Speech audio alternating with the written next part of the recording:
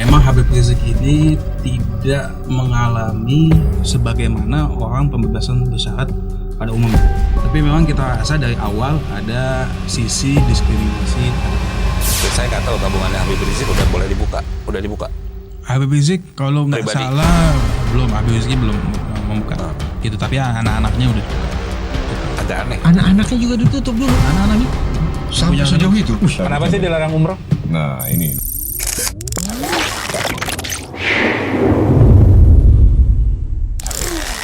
Assalamualaikum warahmatullahi wabarakatuh. Sahabat Bravo, apa kabar Anda? Kita bersama-sama lagi di Bravo Iwan, lengkap hari ini dengan tamu istimewa. Saya udah duga tuh. Pasti lagi-lagi tamu istimewa. Tamu istimewa. Kalau setiap pekan Special sebutan guest. tamu istimewa. Setiap Udah nggak istimewa. Nggak ada dong. istimewa. Istimewa. Pakai gaya pembukaan. Pasti istimewa. Pasti istimewa. Ini karena ada ini aja Atau karena penjelasan lah gitu. Kenapa ini istimewa? Gitu. Saya langsung perkenalkan Habib Ali Alatas, sarjana hukum. kenapa istimewa? Apa kabar, Bib? Baik, alhamdulillah. Beliau adalah Sekretaris Umum FPI, bukan Front Pembela Islam lagi, tapi Front Persaudaraan Islam. Nah, sebelum dikritik kan FPI, betul ya? Apalah arti sebuah nama? Apa itu sebuah nama? Jadi kita bersama-sama ini. Yang penting perjuangan ya. Nah, Ya. Semangatnya tetap sama. Musuhnya Bagi nggak sama. Alatas. Emang siapa musuhnya? Musuhnya? Ya Saya mau musuhnya nanya. kemaksiatan, Nah. musuhnya kedoliman. Kayak konkret deh. Kalau saya hari ini pakai kaos gambar Habib Rizik Syihab, Iya. Keren dong, keren lah, apa yang akan saya alami? keren. Ya, yang dialami semangat. Oke. Mungkin semangat untuk menambah kebaikan gitu. Ada yang terganggu nggak dalam kehidupan saya kalau saya pakai kaos Habib Rizik Syihab? Harusnya sih nggak ada ya. Seharusnya. Harusnya nggak ada. Pasti ada. Kang Willy Misalnya, benar keren. penyebabnya apa? Misal kalau saya orang yang anti Habib Rizik, Maka yang terjadi pada saya? kenapa?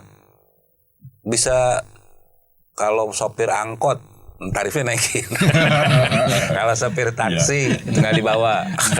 Sahabat Bravo, ini Anda sudah tahu sudah lama, Anda tunggu-tunggu kehadiran beliau-beliau. Ya, Kang Willy, Kang Kopi, Ya, siap. Habis Kang operasi, Ahli, habis operasi Kang plastik. Reza. Saya dipanggil biasanya Kang apa? Habib, saya Kang Bandre. Kang Bandre. Iwan Kang Bandre. Tapi Jadi nggak ada Bandre sekali. ke saya. Nggak ada. Jadi kita akan ngobrol-ngobrol kali ini dengan beliau, Sekretaris Umum FPI yang juga adalah seorang lawyer. Jadi lengkap beliau adalah Bapak Ali Alatas, sarjana hukum SA. Kita mulai dari obrolan yang paling update belakangan ini, tanggal 20 Juli tahun 2023, Habib Rizik Syihab bebas Iya. dari 2022. tahanan. Setahun yang lalu. 2022. Tahun yang lalu. Iya, sorry, 2022. Iya. Bebas. Tapi katanya statusnya bebas bersyarat. Asimilasi. Pembebasan bersyarat. Bersyarat, pembebasan bersyarat. Lalu kemudian dihubungkan dengan yang seperti kita dengar sampai dengan pekan lalu, beliau katanya tidak diperkenankan untuk menjalankan umroh. Dan ternyata itu ada penjelasan berikutnya yang katanya ada gugatan sudah ditarik. Nah, apa sebutan posisi terakhirnya? Ya, jadi kalau cerita dari 2022 ya, Iya. memang Habib Rizik ini tidak mengalami sebagaimana orang pembebasan bersyarat pada umumnya. Artinya secara SOP semua kita masuk, SOP kita jalankan semua. Tapi memang kita rasa dari awal ada sisi diskriminasi terhadap Habib gitu. Nah, tapi memang berkembangnya waktu karena begini, memang Bapas ini mencoba profesional gitu. Tetapi kan ada masukan-masukan dari eksternal Bapas gitu, dari eksternal yang mengatakan mengisukan Habib dan seterusnya akan melakukan gerakan dan seterusnya gitu. Tapi memang Habib sendiri menjawab lewat apa yang beliau lakukan. Artinya beliau tetap kooperatif, tidak pernah ada melakukan sesuatu hal yang menyebabkan terlanggarnya pembebasan bersyarat. Karena kan pembebasan bersyarat itu ada syarat-syaratnya gitu. Mengusahakan apapun, kayak misalkan wajib lapor setiap bulan, Habib Rizik tetap Kemana? Bib? datang ke Bapas. Bapas mana? Gitu, Bapas Jakarta Pusat. Jakarta Pusat, bukan Jawa Barat ya? Bukan Jawa Barat. Karena Bogor dia gitu. alamatnya alamat Tamburan. Oh gitu. Iya, alamat Tamburan. Termasuk misalkan waktu awal Habib Rizik itu sekitar berapa bulan pokoknya, Agustus, September baru dapat. Jadi Juli 2022 keluar. Keluar betul, Juli 2022. Gitu. ya. September itu Habib baru diizinkan keluar kota.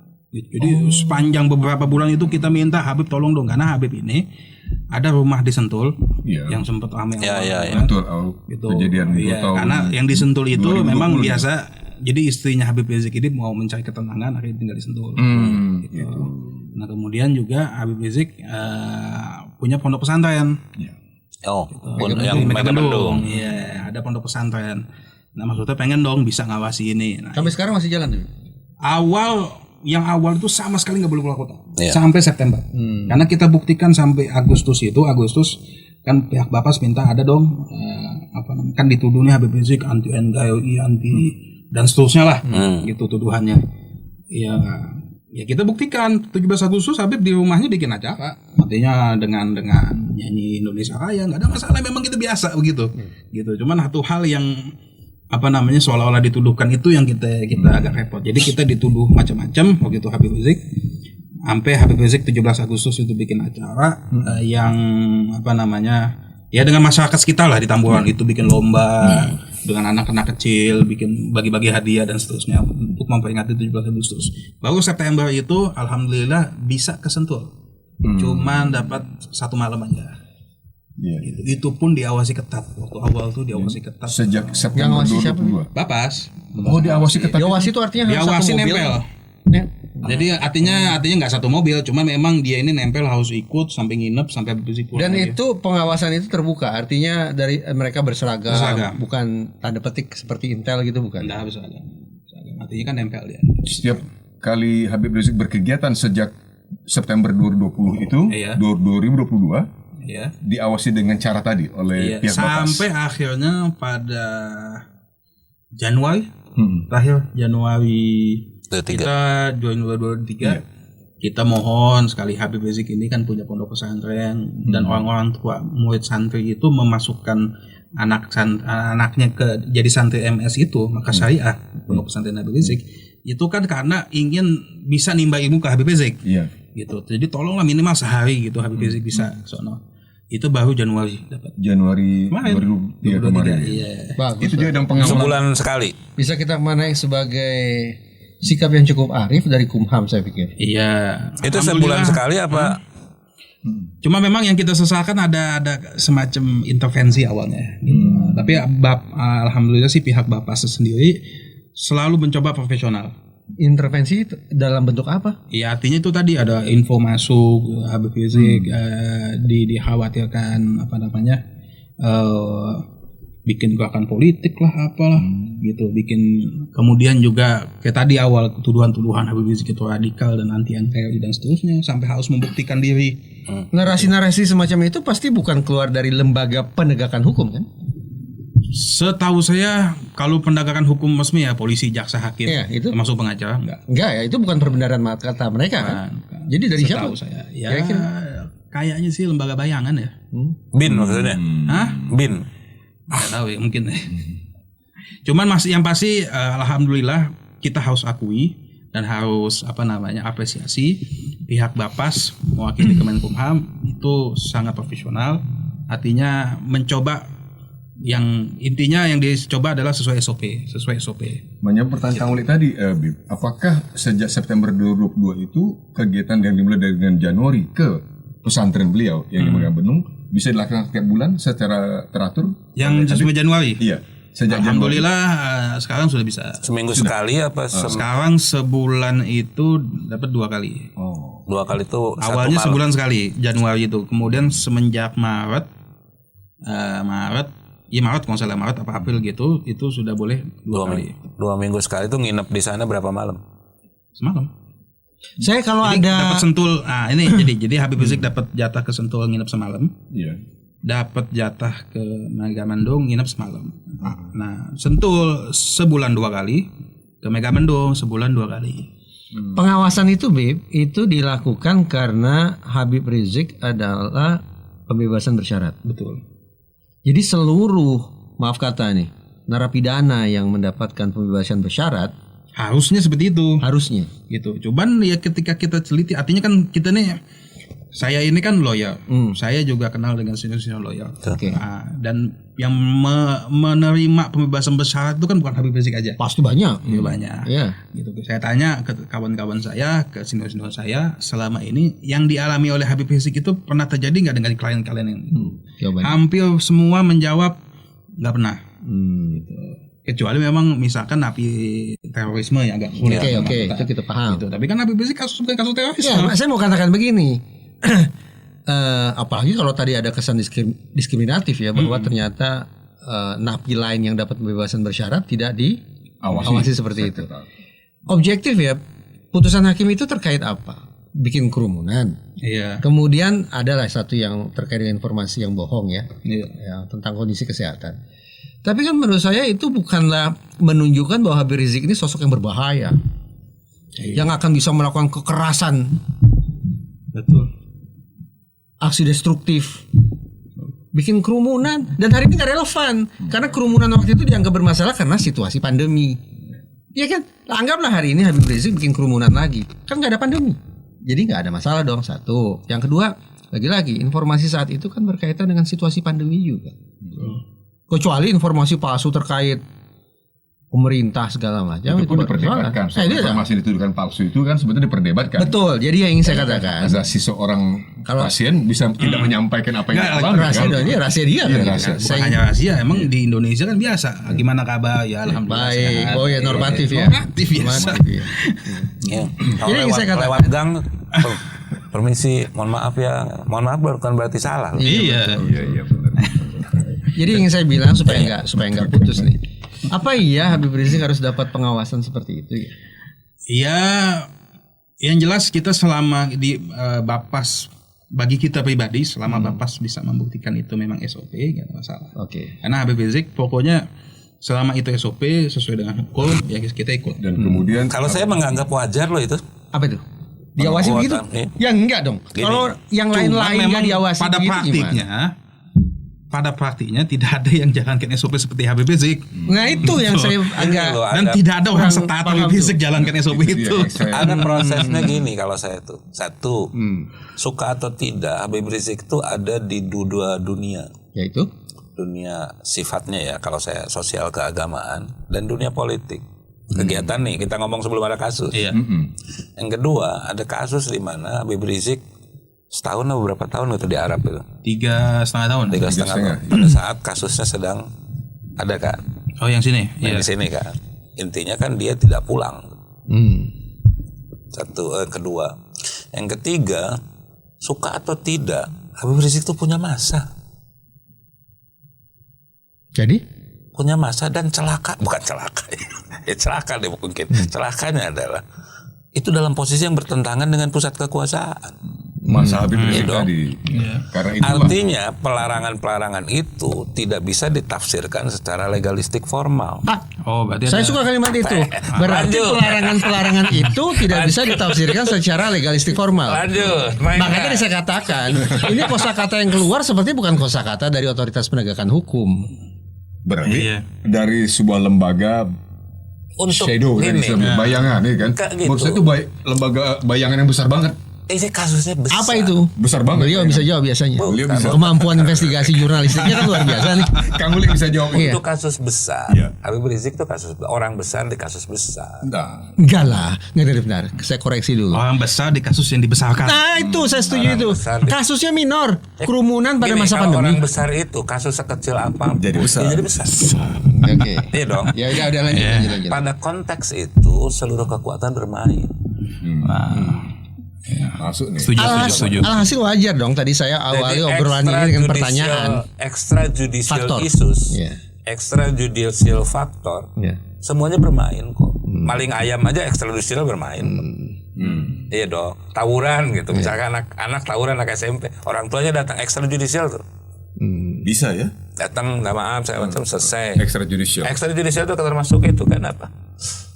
Yang disebut penyelesaian di luar hukum. Kan? Iya. Nah apalagi untuk sekaliber Habib Rizik. Jadi kalau saya pakai kaos Habib Rizik, sekali lagi konsekuensinya apa ya kan? Tidak ada konsekuensi Dan nggak perlu hukum. takut. Harusnya Tapi- tidak ada. Harusnya tapi tidak harus ada. diterima bahwa ada yang membenci dong. Harusnya tidak ada. Kang Tapi Uli, bangsa ada dalam yang konteks tadi, nggak ada Kang yang- Reza pakai katakan kaos gitu ya, ada tulisan Habib Rizik. Gak perlu takut dong. Ya nggak perlu lah. Hmm. Ya nggak perlu. Kalau saya pakai fotonya Mas Iwan, saya harus takut. Karena Tadi kira homo. Nah, baru tuh di sweeping. Narik ini sweeping. Tapi kalau saya ngelihatnya itu loh. Ada ketakutan misalkan kayak umroh gitu. Bercanda, Kenapa sih dilarang umroh? Nah, ini. Diskriminasi bukan? Bukan. Saya ngelihatnya kejaksaan lah. Ini kan kejaksaan ya. Iya. Kejaksaan ngelihat mungkin. Ntar nggak balik lagi. Ya jadi saya ini dulu ya. Apa memang jadi duduk perkara langsung kepada sekarang ini adalah soal izin umroh. Izin umroh kita ajukan itu sekitar awal tahun, saya kalau nggak salah Maret. Itu memang prosesnya agak lama. Nah, Ajukan secara apa, Bib? ajukan izin umroh. Oh. Ke Bapak. Diajukannya ke siapa? Bapas. Bapas. Nanti yang penentu akhirnya Kemenkumham. Tapi untuk naik ke, jadi mereka tuh ada 3 tahap. Pertama di Bapas dulu, Bapas setuju, naik ke Kanwil, Kanwil setuju, kemudian naik ke Kemenkumham. Faktanya Bapak setuju nih. Nah, Bapas sebenarnya tidak masalah kan kemudian tadi Oke. itu Bapas tidak ada masalah. Clear nggak ada masalah. Nah, kemudian naik ke Kanwil. Kanwil. naik Kanwil. Nah, sebelum naik ke Kanwil harus ada suatu yang wajib dipenuhi. Contoh clearance dari imigrasi. Oke. Setahu kita clearance dari imigrasi habis tidak ada pencekalan. Tidak ada Oke. pencekalan. 2 nih, berarti Bapas nggak ada masalah, imigrasi nggak ada masalah. Tahu-tahu keluarlah surat dari jaksa. Gitu. Jaksa di mana, Pak? Jaksa Jakarta Pusat, Kajari, Oh, Jakarta Pusat. Yang Kajari, mengatakan? Jakarta Pusat, yang menyatakan bahwa tidak bisa memberikan rekomendasi. Alasannya? Alasannya karena tidak bisa mengawasi. Oke. Itu alasan tidak bisa mengawasi. Nah, alasan tidak bisa mengawasi menurut kita itu sangat tidak masuk akal. Satu, jaksa itu punya atase di kedutaan. Iya. Itu di kedutaan ada satu. Kedua, kalaupun seandainya terjadi pelanggaran di luar negeri yang menyebabkan PB-nya Habib terganggu, Iya. gitu, kan kita punya Interpol. Gitu. Interpol kemudian bisa melakukan mekanismenya lah. Begitu. Artinya hal-hal yang disebutkan itu aneh dan memang kalau alasan jaksa tidak bisa mengawasi, ya harusnya memang dari awal undang-undang nggak perlu mengizinkan. Karena semua orang keluar negeri, apakah jaksa pasti akan mengawasi? Kalau diizinkan, apakah dia nanti berobat? Karena memang izin keluar negeri itu harus ada alasan jelas dan harus ada alasan definitif dia. Memang agak ketat. Gitu, artinya alasan berobat karena jadi alasan kemanusiaan, kemudian alasan pendidikan, gitu, alasan pendidikan ya tadi sekolah dan kemudian ujian disertasi misalkan ujian itu.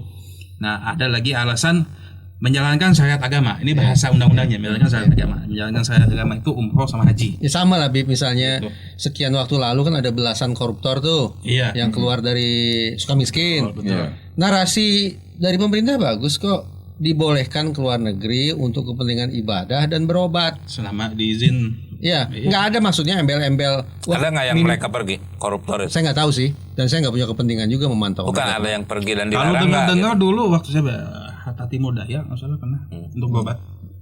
Waktu Bukan dalam yang ini pembebasan bersyarat. umroh gitu. Oh, kalau umroh saya nggak Biar tahu ya. apple to apple tuh. Karena kan izin apple to apple-nya izin keluar negeri. Ya izin ke naik kayak harta. Apapun itu umroh berobat alasannya. Gitu. Nah, pertanyaannya apakah jaksa mengawasi yang dimaksud jaksa tuh bagaimana ya kan? Kalau saya sih ngeliatnya nggak karena takut nggak pulang. Ya kalau takut nggak pulang itu tadi alasan. Kan kita ada mekanisme internasional yang kemudian bisa ditempuh oleh Indonesia kalau seandainya memang Tidak terjadi. semudah itu kan si Paul Zeng yang menghina Islam sampai sekarang nggak ketangkap tuh. Yang di Jerman. Ya selama red notice-nya itu masuk dalam kan memang Interpol itu punya mekanisme ya gitu. Tapi Ya. pada pokoknya begini. Iya. Yang maksud kita alasan tidak bisa diawasi itu alasan tidak masuk akal dan tidak tidak legalistis. Gitu artinya tidak masuk dalam dasar hukum juga, nggak ada argumentasi hukum. Itu jaksa punya atase Iya. kedutaan yang bisa terus Punya yang kedutaan. kemudian Ada update Interpol status. lagi nanti kan. Ada Interpol urusannya. Kemudian juga bahkan Habib Rizik menawarkan kalau jaksa memang benar-benar mau ngawasi kita bareng. Ikut aja. Ada yang kita Umroh urusin. bareng. Iya. Karena Ibarat tim yang menempel. Tim yang nempel silakan aja nggak ada masalah. Kalau jaminan boleh nggak, Bib? Jaminan kan wajib memang, jaminan istri. Jadi memang dalam persyaratannya salah satunya ada surat jaminan dari istri, dari penjamin lah. Gitu. Menurut saya jaminan kalau istri tanda petik orang nafsirkan subjektif. Maksud saya kan ada sekian banyak ormas Islam nih. Iya, cuman memang kan dalam aturannya itu emang agak siapa penjamin Habib itu dari awal penjamin pembebasan bersyaratnya. yang paling itu yang melekat istri. Nah, ya memang dari awal kan dalam pembebasan bersyarat itu harus ada yang menjaminkan Habib. gitu. Nah, yang menjaminkan Habib tuh adalah istrinya. Kemudian juga ketika izin keluar negeri juga itu memang penjaminnya ditanya lagi, menjamin nggak ini orang gitu. Nah, istrinya lagi yang jadi penjamin. Dan memang itu memang aturannya. Arti sekarang ini kan posisinya. Tapi kalau boleh juga ide, artinya bikin surat jaminan MUI kayak gitu. Iya, ormas. Iya, ormas Islam, tokoh Nggak usah Islam, ormas, MUI, Demi kepentingan umat ya, Iya. atau MUI ya Kang Balik sampai. Sejujurnya sih, Bib. Memang kan kalau ada ratusan ribu gitu yang masukin ke Kejari gitu. Sejujurnya saya kirim WhatsApp, Bib, ke Yang WhatsApp beberapa pengurus MUI Iya. dan juga ormas Islam. Kenapa kok ini ada saudara kita sama umat mau ibadah kok terkendala seperti ini? Sibuk Al Zaitun. Oh gitu ya. Kasus Al Zaitun. Ini bukan polisi. MUI-nya cuma MUI dituntut 2 triliun. iya sibuk jawab tuntutan aja. Jadi apa Tapi sekarang? menarik. Pada sisi itu saya agak prihatin. Menarik. Kok MUI dan Tidak ormas bersuara. Islam tidak bersuara ya gitu. Tapi pada isu yang lain Tapi Habib Rizik tidak komplain tentang itu bahwa banyak ormas Islam yang harus bereaksi. Kita nggak soal itu. Intinya Habib Rizik pun kan kalau saya tahu betul Habib Rizik itu artinya Iya, pribadi. bukan soal siapa yang jadi yang ngedukung tetap dijaga gitu, tapi bukan soal dia minta mencari dukungan. Yang penting Hatta sendiri pun itu waktu pengadilan kan yang sampai gitu itu Hatta sendiri pun berani gitu. Jadi bukan melakukan perlawanannya memang dahsyat Habib Rizik, cuman memang yang kita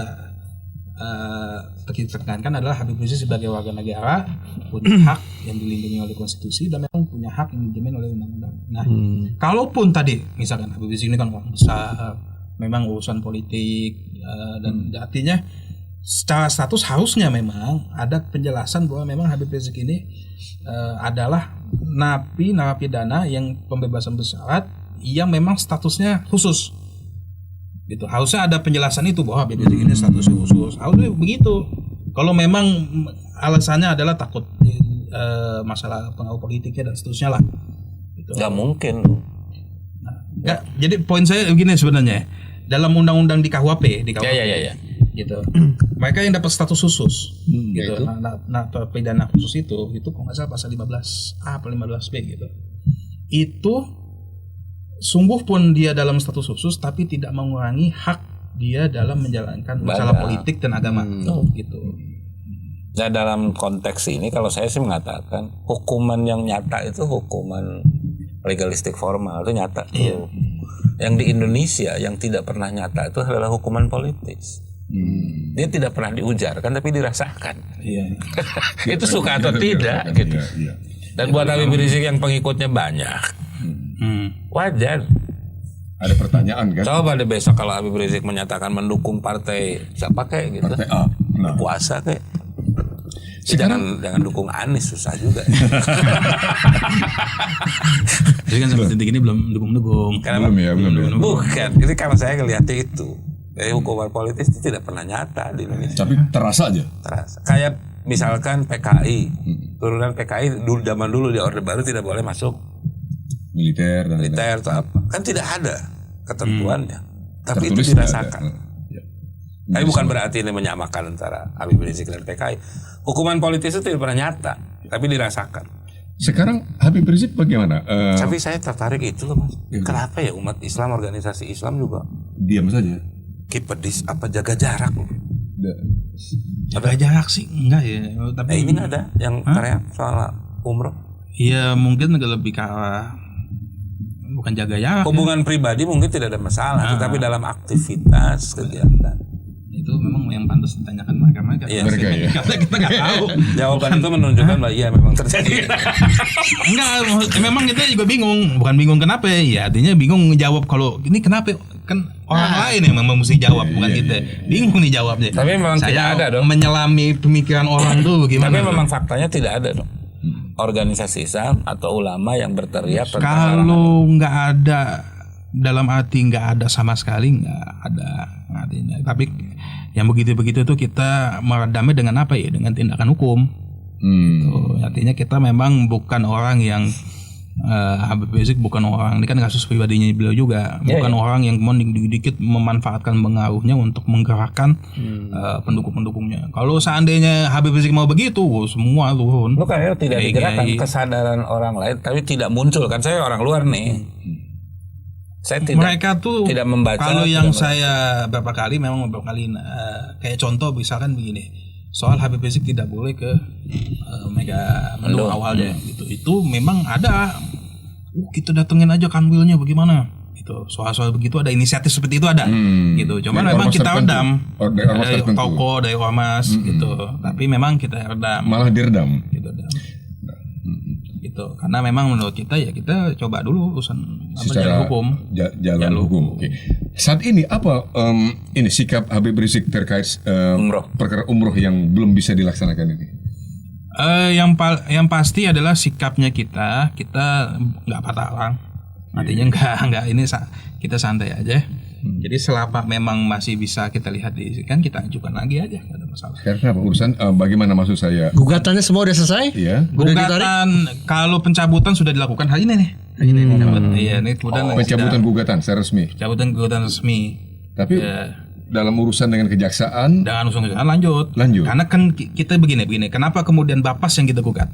Karena memang secara formal yang kita surat menyurat itu kan sama Bapas. betul. Gitu. Dan terakhir surat dia melakukan penolakan itu artinya mengatakan tidak bisa diproses sebelum penolakan. Penolakan terjadi di kejaksaan. Cuman mengatakan karena akibat ada penolakan kejaksaan ini Surat dari Bapas. Bapas menyatakan tidak bisa melanjutkan lagi. Atau kurang pihak? Bukan Yang digugat kurang pihak? Enggak kurang pihak juga karena kan memang agak memang PTUN ini agak bagaimana ya, karena rekomendasi itu bukan keputusan kan. Gitu. Rekomendasi kita tuh agak memang ada diskusi soal itu panjang lebar sehingga kemudian kita putuskan waktu itu awalnya kita buat Bapas karena Bapas yang mengeluarkan surat dan memang secara kan ada memenuhi syarat konkret individual terus final gitu. Jadi mesti memenuhi 3 itu tuh menggugat keputusan waktu itu. Cuman memang kita lihat ada cara-cara lain yang ditempuh langsung kepada menusuk jaksa. Artinya kita sebenarnya nggak mau ribut ya. Cuman memang jaksanya yang cari ribut. Gitu, jaksanya yang cari ribut ya kita tempuh jalur hukum yang lain yang bisa kita tempuh. Apa tuh? Gitu. Kayak termasuk melakukan komjak. Kemudian kita Komisi Kejaksaan sudah dilaporkan. Sudah kita surati Komisi Kejaksaan, kemudian juga kita sudah surati DPR, Komnas HAM dan seterusnya. Sudah ada respon? Belum Mama. Karena memang itu yang kita putuskan dan lebih karena begini juga memang Bapas itu juga kita harus apresiasi juga memang selama ini profesional ya. Jadi menurut kita ya sudah dibanding kemudian ini panjang lebar nggak ada soal. Nah kita menggunakan metode-metode lain yang bisa kita tempuh. Umrohnya itu ada ini nggak sih? Umrohnya itu ada waktu tertentu nggak dari Habib Rizik? Pengen umroh di bulan Agustus, September, Oktober atau Desember? Awalnya ada gitu, karena memang ada waktu-waktu umroh tuh yang yang agak lengang. Kayak contoh umroh saat setelah haji. Itu agak lengang tuh. Gitu. Sebenarnya dari faktor itu aja supaya nggak terlalu kelelahan aja. Ya pasti jangan di bulan Ramadan gitu kan. Iya, awalnya mau bulan Ramadan. Oh, ketua rame-ramenya. Cuman terlalu rame-ramenya. Gitu. Akhirnya dipikir-pikir jangan deh. Desember rame tuh, dingin. Desember karena musim dingin. Oh, jadi setelah haji agak lengang biasanya. Makanya kita dari Maret tuh. Udah pengajuan sejak jauh hari. Enggak, ini ya, saya pengen kenapa waktu tertentu itu? Karena buat saya gini, apakah yang paling penting buat Habib Rizik itu adalah pergi umrohnya, atau kejelasan apa ya? Bukan status hukum. Anda ngerti. Anda jawab langsung. Habib Rizik itu lebih berpikir ini kalau orang semodel dia aja dikerjain, apalagi kita rakyat kecil. Gitu. Jadi memang ada sisi ini ada diskriminasi. Kesalahan publik ya. Iya, ada diskriminasi yang dilakukan oleh pihak KJRI Jakarta Pusat. Gitu. Nah ini kalau seandainya dibiarkan begitu saja dengan mudah semua akan merasakan seperti ini. gitu. Jadi intinya tadi lawan Iya, iya. kedoliman. Ya artinya bukan ya. Nggak ada. Jadi bukan hanya Anda ngerti ya. Jadi Public bukan hanya domain, kan? bukan hanya sisi pribadinya Pribadi, beliau. Artinya kalau kayak gitu boleh nggak saya tafsirkan? Kira-kira bukan tafsirkan. Langkah hukum lapor ke Komjak, lapor ke Komnas HAM segala macam tuh efektif nggak sih? Kalau bicara Dalam konteks efektif, hasil ya. Iya, kalau kita bicara hasil memang agak ini. Jadi Anda nih ada semacam model perjuangan Habib Rizik yang orang itu kadang-kadang bagaimana ya? Apakah nggak masuk nalar apa bagaimana gitulah istilahnya ya. Jadi Habib Rizik itu memang menekankan kepada kita yang penting apapun cara bisa ditempuh kita bertempuh karena yang diwajibkan oleh kita tuh berjuang. Masalah hasil Allah yang tentukan. Oh, oke. Artinya Nasibmu itu sudah ditentukan Allah. Iya, apapun yang Sementara engkau sedang diuji. Surat An-Naml ayat Iya. sekian saya lupa. jadi memang apapun yang hasil itu kita serahkan pada Allah. Yang kita lakukan itu sekarang berjuangnya. artinya Habib Rizik ingin mengingatkan bahwa gua dikerjain gini apalagi lu padi nih.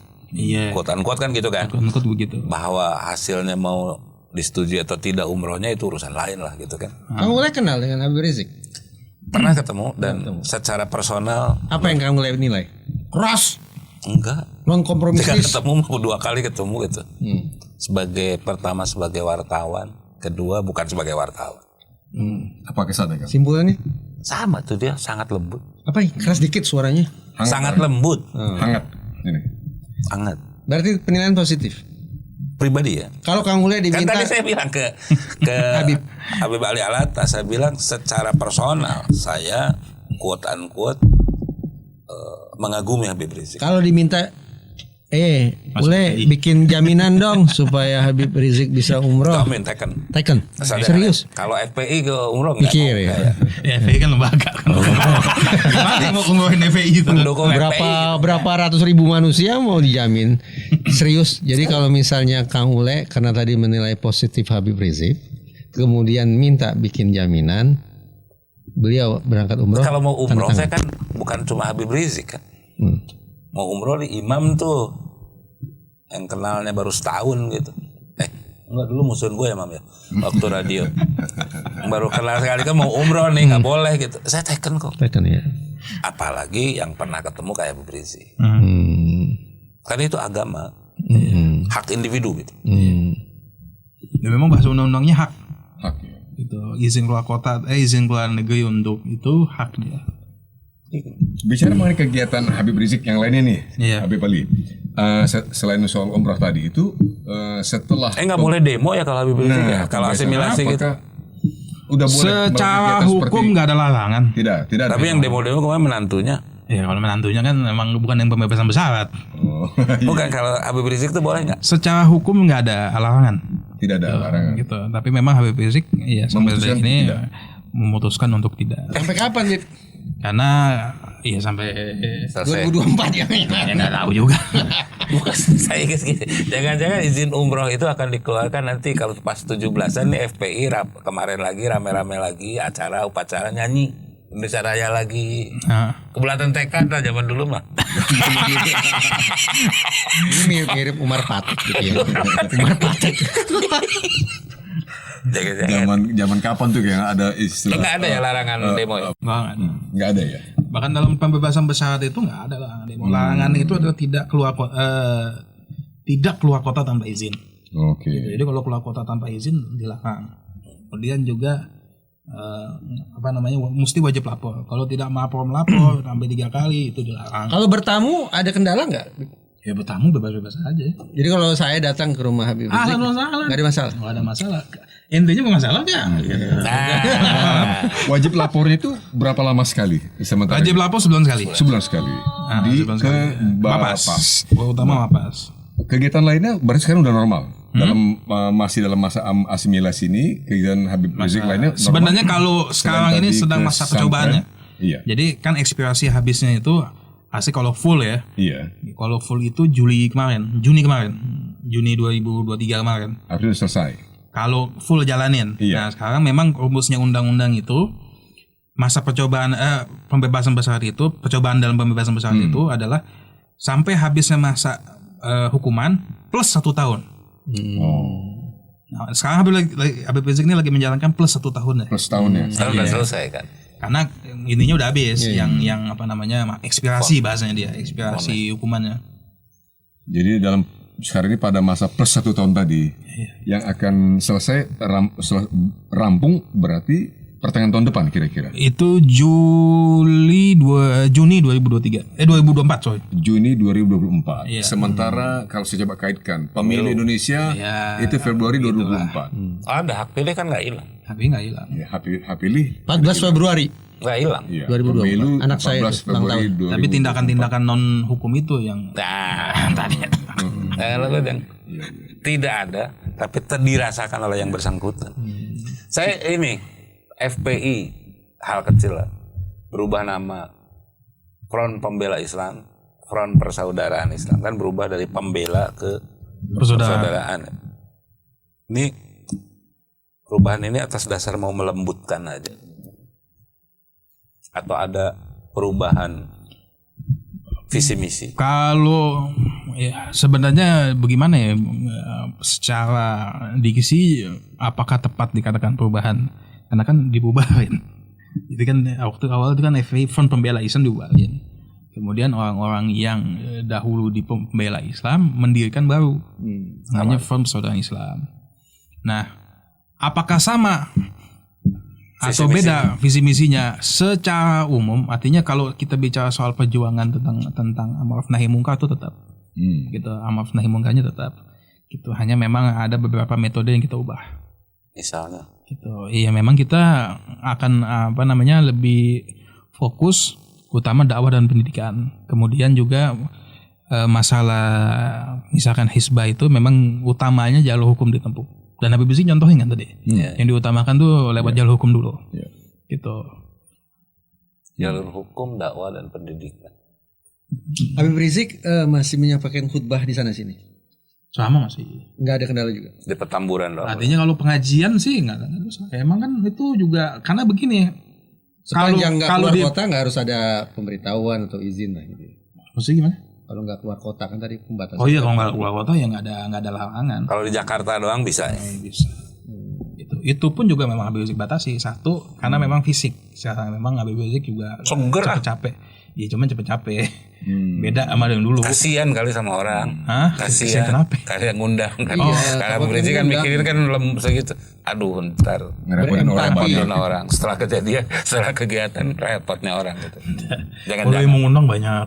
pasti. Banyak mengundang. Cuman memang itu dia satu masalah fisik memang. Kan ada apa namanya ya udah umur juga ya usaha. Enggak, dia nggak punya penyakit kronis.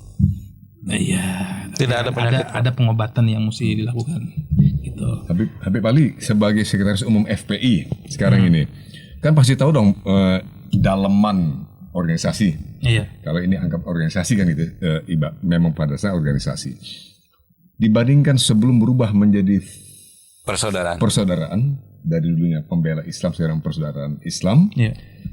dan sekarang jumlah anggota ada perubahan nggak? Jumlah anggota. Iya. Kalau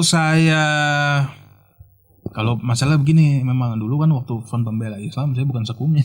Iya. Oh. Jadi yang detail-detail gitu kita agak maksudnya yang dulu nih agak nggak terlalu mengetahui ya. Cuman yang pasti memang yang sepanjang yang saya ketahui Saat ini berapa? memang ada Yang aktif? ada ada perubahan dan artinya ada yang dulunya aktif nggak aktif tapi ada yang baru lagi. Jadi ada yang baru, ada yang masuk baru, ada yang dulunya aktif kemudian nggak aktif, itu biasa lah. Nggak ada masalah. Loh di FPI nggak ada dipaksa orang mesti FPI kalau nggak nanti diancam-ancam. Saya bertanya ini ada kaitan dengan apa yang pernah saya alami sebelumnya. Zaitun. Iya, yang saya pernah kenal Kang Reza tentang FPI itu adalah sebagai sebuah gerakan waktu itu organisasi yang justru sangat care dengan mereka yang terkena bencana alam. Misalnya contoh tahun 2004 yang kita pernah di sebuah stasiun TV saat itu kita mengirimkan kru di Aceh. Apa yang kita dengar dari kru di lapangan hanya beberapa hari setelah peristiwa itu sudah banyak orang FPI membantu Tsunami itu. mengevakuasi jenazah-jenazah korban tsunami yang luar biasa banyak. Itu sebelum ada bantuan lain dari Jakarta, dari organisasi manapun. Bahkan yang bekerja di lapangan dalam situasi yang luar biasa impossible kalau kita bilang waktu itu adalah hanya anggota FPI dan tentara. Hanya FPI dan tentara. Betul, ini kesaksian dari salah satu kru. Waktu itu saya telepon. Ini Kerjasama bukan mereka memuji, itu?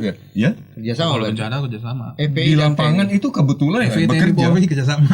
Iya. Sampai detik ini sebenarnya. Ya, sebetulnya saya tadi ketika Jadi disebut itu bukan, Kalau dalam yang bencana, pada bukan by pencabutan design baliho. kerjasamanya bukan, tapi di lapangan itu satu yang Jadi itu kerjasama cabut baliho. juga pernah terjadi bencana alam gempa Makodam. yang belum lama di Makodam. selatannya Pandeglang ya, belum lama, tahun 2019. Terakhir Cianjur. Ya, Terakhir Cianjur. Cianjur. Yang ada sumur batu kan di selatan sana. Oh, yang di ujung kulon kali. Ujung Kulon, Yang Ujung tsunami. Ujung juga. Kulon tsunami. Ah. Itu begitu kejadian yang ini saksi, saya kebetulan meliput untuk sebuah lembaga media. Yang pertama datang itu saya harus menyampaikannya apa adanya kan saya Oh, sebagai ini jurnalis. yang di Lebak ini. Lebak, Betul, Lebak. Lebak. Betul. Kejadian itu di tepi Laut Selatan itu adalah FPI yang membantu korban pertama sekali sampai akhirnya Karena akses jalan itu terputus. Betul, terputus. Belum ada bantuan dari manapun. Mas Iwan mau tanya apa? Nah, maksud saya apakah mereka itu yang terlibat pada waktu itu masih ada saat ini Masih. atau sudah berkurang Ya, yang begitu. atau justru ada tambahan lagi? Begitu masih. Gitu kan. Karena memang yang begitu membuktikan semangat juangnya tuh luar biasa. Bahkan kadang-kadang kita juga kitanya sendiri itu kadang-kadang merinding gitu lewat semangat. Karena kan ngerasa di peristiwa Lebak tadi tuh, saya berada di tempat itu di 3 hari setelah peristiwa. Bayangkan anggota FPI yang melakukan evakuasi dan kemudian sampai rehabilitasi itu Boleh itu Mas Iwan. hitungan jam. Mas Iwan boleh sama istri Boleh gitu. jalan, boleh kan. Itu kan luar biasa. Jadi Tidak hanya kasus-kasus besar. Ini Iya. potret Saya kasus pengen kecil. Saya nanya, ingat ini nih. Front Persaudaraan Islam ini ya. statusnya apa di Depdagri? Terdaftar? Ya itu dia tadi. Jadi kan kita ngobrol sebentar. Ya, ya. Jadi memang dalam hukum Indonesia itu mengenal 3 bentuk ormas. Ya. Satu ormas berbadan hukum, daftarnya di Kemenkumham. Kemudian ormas tidak berbadan hukum dan terdaftar itu di Kemendagri. Ada ormas tidak berbadan hukum dan tidak terdaftar. Itu gak ada masalah. Masalahnya cuma nggak dapat layanan pemerintah aja. Kayak kan ada Ya. uang, Iya, apa namanya Anggaran lah ya. anggaran lah. Iya. Begitu. Itu aja sebenarnya. Jadi MK itu pada waktu itu Muhammadiyah yang gugat. Itu MK kalau nggak salah putusan nomor 82 tahun 2013 gitu. Memutuskan bahwa memang walaupun ormas itu tidak berbadan hukum dan tidak terdaftar tapi tetap diakui selama memang kegiatannya tidak Yang melanggar ngakuin hukum. siapa? Negara mesti wajib mengakui. Oke. Ya, jadi kan hak berkumpul bersikap menyatakan pendapat itu kan melekat pada kita. Azazi. Azazi. dia. Bukan dia kan dia tidak terdaftar dan tidak berbadan hukum kan? Iya. Yang ngakui yang bahasa itu ngayomin gitu atau apa? Itu Depdagri Enggak, atau Kumham? kita sendiri ngayomin sendiri. Makanya MK itu menjelaskan membatasinya selama kegiatannya tidak melanggar hukum. Fair. Karena azazinya itu. Iya. Karena azazi jadi semestinya Berserikat tidak tergantung berkumpul. pada legalitas inilah, Iya. legalitas itulah. Beda kalau izin, makanya kan nomenklaturnya bukan izin tapi terdaftar atau tidak terdaftar. Gitu. Kalau izin artinya memang haknya dari negara, kemudian negara mengizinkan untuk dikelola. Ini hak melekatnya di kita. Hak melekat. Hazazi tadi. Jadi Front Persaudaraan Islam memilih untuk Iya. tidak berbadan hukum dan tidak terdaftar kan gitu kan? Itu kan hak kan Itu hak. untuk tidak berbadan hukum. Toh dulu juga waktu kita memilih untuk terdaftar, maksudnya waktu pembela Islam dulu, memilih untuk terdaftar, kita juga nggak banyak makan layanan pemerintah. Iya. Ya. Ngerti. Sudah membuktikan diri bisa tanpa Iya, dukungan selama ini bisa. pemerintah. Iya. Oh iya, yang uang itu, uang kasnya Front Pembela Islam Yang dibekukan atau di apa? sudah cair belum? Blokir. Iya, kita Setelah lagi usahakan dibubarkan lah. sebagai Bagaimana? FPI Front Karena Pembela. memang kan Belum tuduhan-tuduhan. Iya belum. Kalimatnya halus banget anak muda ini. Sedang diusahakan berarti belum cair. Alasannya membekukan sekarang apa ya? Iya nggak ada. Kok belum cair? Iya kan masalahnya masalah ini aja sebenarnya, masalah apa namanya, masalah itu tadi non hukum. Non hukum tadi. yang Ada di- katanya tidak ada tapi berasa. Beras. Ada berapa bank? Ada di berapa bank? Utama kita dulu kan Bank Saya Mandiri kan jadi BSI. BSI. Nah, sama Bank Muncul di Muamalah. sini nih iklan nih apa tadi? Hah? BSI. BSI. Oh BSI muncul iklannya di sini nih. Muncul iklannya kok. Ini klien besar tuh. Iklan apa? Iklan di hack gitu. FPI adalah klien besar sebuah bank. Oh di BSI.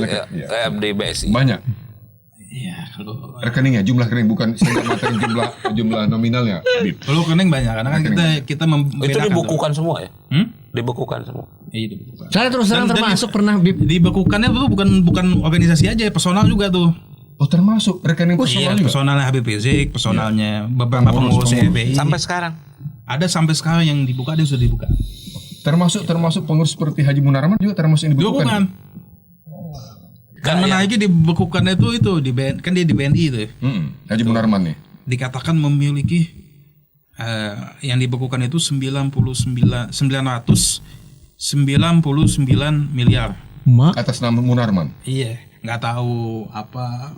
Kita awalnya kira nih ini nih salah tulis bagaimana. Ya, kan dia jadi gini, pembekuan tuh ada jangka waktu, kemudian bisa betul. diperpanjang. Iya. Pas perpanjangan kedua muncul lagi sama juga. Wah, kita bilang Beb, Haji Munarman kelakar nih ya. Beb nih kita nanti kalau ini cair nih Beb, kita bangun gedung Beb. FPI sendiri bangun gedung. 900 miliar loh ya, luar biasa. Tapi tercatat ya di pembukuan. Iya, Di buku tabungannya gitu. itu dia Di dari buku print itunya muncul. print apa pembekuan yang ada gitu. ya. Oh yang buku print pembukuan. Dan Print pembukuan. bisa juga mungkin orang salah kirim misalnya kan. Ya nggak tahu. Enggak pokoknya Kita awal salah tulis, faktanya ada yang Pak, tertulis dua di situ kali. 999 gitu. Jadi awal datang kita kira salah tulis yang Berapa dua kali berapa sama. besarannya? 999 miliar. Artinya kalau nanti udah bisa di Pak Masalah udah Munarman selesai. udah selesai. Iya, kita Kemudian uang usahakan. tidak ada di situ gugat. Oh betul. Iya dong. Itu kita sebagai pengacara sudah Sedap gitu ya, kasus sedap itu digugat. Gugat. Iya, 90 sebagai pengacara. Iya dong. Oh masih di. Nah saya pengen tahu itu yang sudah dicairkan tabungan apa personal itu alasannya apa ya? Atau Ya, ujug-ujug nggak ada alasan pembekuan. Artinya kan pembekuan itu harus ada alasan pidana. Gitu. Kenapa dari Dan tadi kalau pidananya kita tidak tanya soal alasan seolah-olah banyak perlakuan ke FPI, ke Habib Rizik, ke Haji Munarman yang alasannya tidak terjawab ya? Ya tadi Ya, ya. yang ada tapi tidak ada Non-legalistik non legalistik. Tidak Karena ada alasannya nggak ada, bukan Tapi alasan hukum. dirasakan. Ya kan kalau alasan politik ya, memang kita Berat.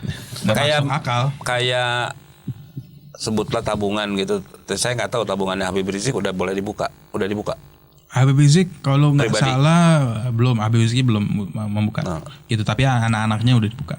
Gitu. Agak aneh. Anak-anaknya juga ditutup dulu. Anak-anaknya Sampai sejauh itu. Iya. Ini penghukuman bukan kalaulah disebut penghukuman, Iya. penghukumannya bukan hanya ke Habib Rizik yang punya masalah pidana dulu, bukan hanya ke Haji Munarman, tapi keluarga juga. Keluarga juga. Itu asasi manusia bukan sih? Si manusia. Itu dalam kasus Dalam pidana hukuman nggak bisa dialihkan kan? Nggak bisa. Dan nggak bisa diperluas nggak kan? boleh. Individu kan. Individu yang bertanggung jawab kan? Iya. Lantas apa penjelasannya kan? Hukuman politik. Harus ada dong sesuatu yang bisa membuat ini masuk akal. Persoalannya Kang Reza, dalam banyak kasus banyak negara yang saya telah pelajari sebagai wartawan nih, banyak hukuman politik nggak bisa dijelaskan. Tapi ada. Tapi kalau di kasus korupsi juga sama. Misalkan membekukan uang sekolah, uang anak, segala berlebihan. Iya. Berlebihan. Terjadi Kang. Penjelasan formal sih nggak ada. Makanya Ini, para ini. Termasuk kasus Habib Rizik juga nggak bisa dijelaskan. Nggak bisa Ya, dijelaskan. mobil khusus yang baik-baik saja, yang yang Sumi. ya ya. Sumi kan bagaimana menjelaskan Umi Bogor. baik-baik saja kemudian kena pidana, wah udah gitu yang paling gede lagi. Yang awalnya kan 4 tahun diputus. Gitu. Kemudian akhirnya Menjadi kita maksimum. Kita vonisnya 4 tahun, kemudian vonis di PN 4 tahun, di Pengadilan Tinggi tetap 4 tahun, di MA baru jadi 2 tahun. Iya. Gitu.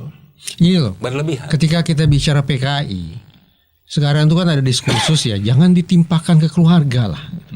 Anak turun, anak cucunya jangan disalahkan juga lah. Gitu kan narasinya yang terbangun. Betul. Saya baru tahu nih sekarang bahwa ternyata bukan hanya Habib Rizik yang dihukum, tapi juga keluarganya dihukum. Keluarganya, anak-anaknya juga kena. Dibekukan juga. Karena isu ya, ini logikanya ya. Isu yang dikembangkan di awal itu adalah berkaitan dengan terorisme kan. Awalnya. Isu dikembangkan tuh. Ketika isu yang dikembangkan terorisme, maka kemudian para penegak hukum berpikir maka harus diblokir seluruh tabungan kan. Begitu masuk ke legal, pengadilan segala macam, ternyata kan nggak ada tuh isu terorismenya kan. Yang muncul kan isu-isu personal kan. Ini langkah-langkah pembekuan itu kan secara otomatis kan harusnya nggak ada. Iya. Komnas HAM tidak pernah diadukan tentang hal ini. Waktu itu kita fokusnya Komnas HAM soal KM50. Nah, kayak 50 menarik. Iya, Atau pas. kamu tuntasin dulu deh. Apalagi bicaraan. Nggak ada. Nggak, sebenarnya kita udah ngomong. Jadi kan begini. Kita kan sampai detik ini menuntut agar KM50 ini bukan hanya sekedar jadi kasus, kan awal diumumkan kasus HAM biasa, artinya pidana biasa. Bukan pelanggaran HAM berat. Bukan pelanggaran HAM berat, karena Begitu pelanggaran kata HAM Komnas berat. Ya, karena pelanggaran HAM berat itu harus memenuhi unsur sistematis atau meluas. And crime by the state. Kejahatan oleh negara. Jadi oleh kan? negara, dilakukan oleh aparatur negara. Negara. Itu kemudian dilakukan sistematis atau meluas. Iya. Bahasanya begitu. Iya, bahasa untuk masuk kategori HAM berat. HAM berat. Gitu, untuk kemudian pembunuhan, penculikan, kemudian dan seterusnya lah. Nah, Tapi untuk peristiwa KM50 BIP kan diakui sebagai unlawful killing kan pada saat yang ya sama. betul Oleh Komnas Oleh Komnas HAM. Tapi kita nuntut supaya prosesnya itu masuk ke dalam proses Undang-Undang Nomor 26 Tahun 2000. Iya. Pengadilan HAM. HAM. Dan memang penyelidiknya itu harus Komnas HAM. Gitu. Sampai detik ini kita tetap menuntut itu.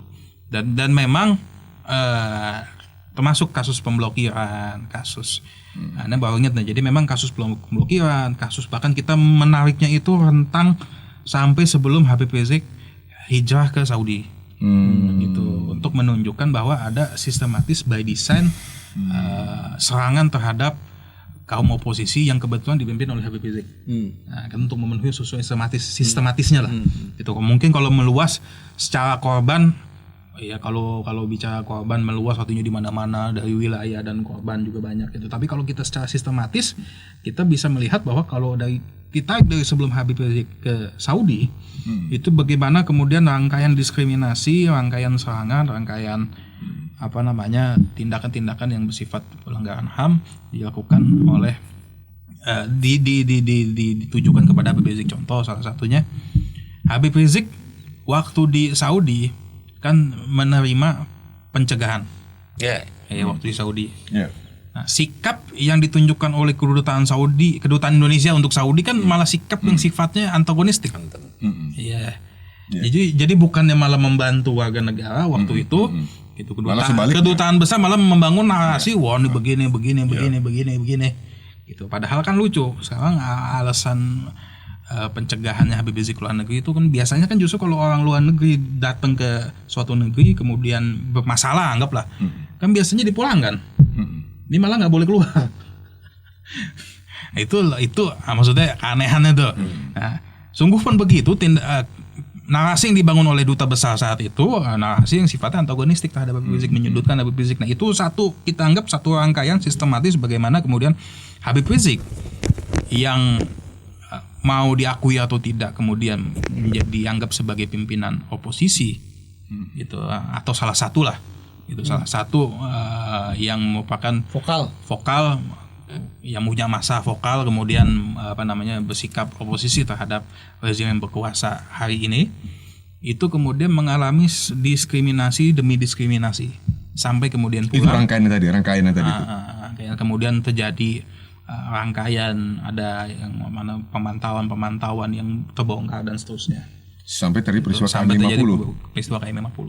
Bib, karena ini Habib sebut oposan ya, vokal kritis. Prabowo Subianto itu kan dulu juga berseberangan ya dengan pemerintah, tapi akhirnya bisa gabung di pemerintah. Pertanyaan saya, ada nggak titik kompromi yang memungkinkan bagi Habib Rizik untuk dukung Prabowo maksudnya gimana? Dukung Prabowo? Ya, kalau sekarang kan kesannya vis-a-vis ini berhadap-hadapan kan. Ada nggak satu titik, satu ruang, satu wacana yang memungkinkan Habib Rizik kalau masuk boleh saya sarankan mengikuti jejak seperti Prabowo? Jangan. Kalau saya ya boleh dong, saya sebagai apa? Sebagai pengagum Habib Rizik tapi yang belum mencintai FPI. FPI kan baru. Gimana nih? Gak ada satu titik, satu ruang, satu tarikan napas yang memungkinkan. Yang pasti begini, Habib Rizik apa yang beliau perjuangkan hari ini, itu apa yang beliau tuntut hari ini itu memang dari dulu ya. Nah, adalah soalnya sederhana, sebagaimana umumnya kiai kampung pada umumnya itu menuntut gitu. Tapi yang sampai detik ini juga terjadi adalah hal tersebut belum pernah dipenuhi. Salah satunya misalkan ya adalah soal kemudian maraknya penistaan agama yang terjadi, yang kemudian sampai detik ini juga masih banyak wabil khusus dilakukan oleh buzzer-buzzer yang mendukung pemerintah. Itu setengah mati berkali-kali dilaporin tapi kemudian tidak pernah proses. Satu, kedua memang Habib Rizik itu pernah mendorong jangan sampai Indonesia ini tunduk pada, artinya dikuasai baik sumber daya mineralnya dan seterusnya kekayaan oleh asing dan asing. Iya. Wah, gitu. Kemudian juga ini yang memang agak sensitif, tapi kemudian itu memang salah satu bagian dari perjuangan kita adalah jangan sampai kemudian jangan membiarkan PKI bangkit lagi. Artinya ideologinya tidak boleh bangkit lagi. Masalah nanti sama anak keturunannya, memang selama anak keturunannya, artinya secara natural kan sebenarnya udah terjadi gitu. Secara natural sudah terjadi bahwa memang anak keturunannya tidak lagi mengembangkan ideologi PKI dan seterusnya, nggak ada masalah sebenarnya. Gitu. Cuma yang kita masalah adalah jangan sampai kemudian PKI bangkit lagi.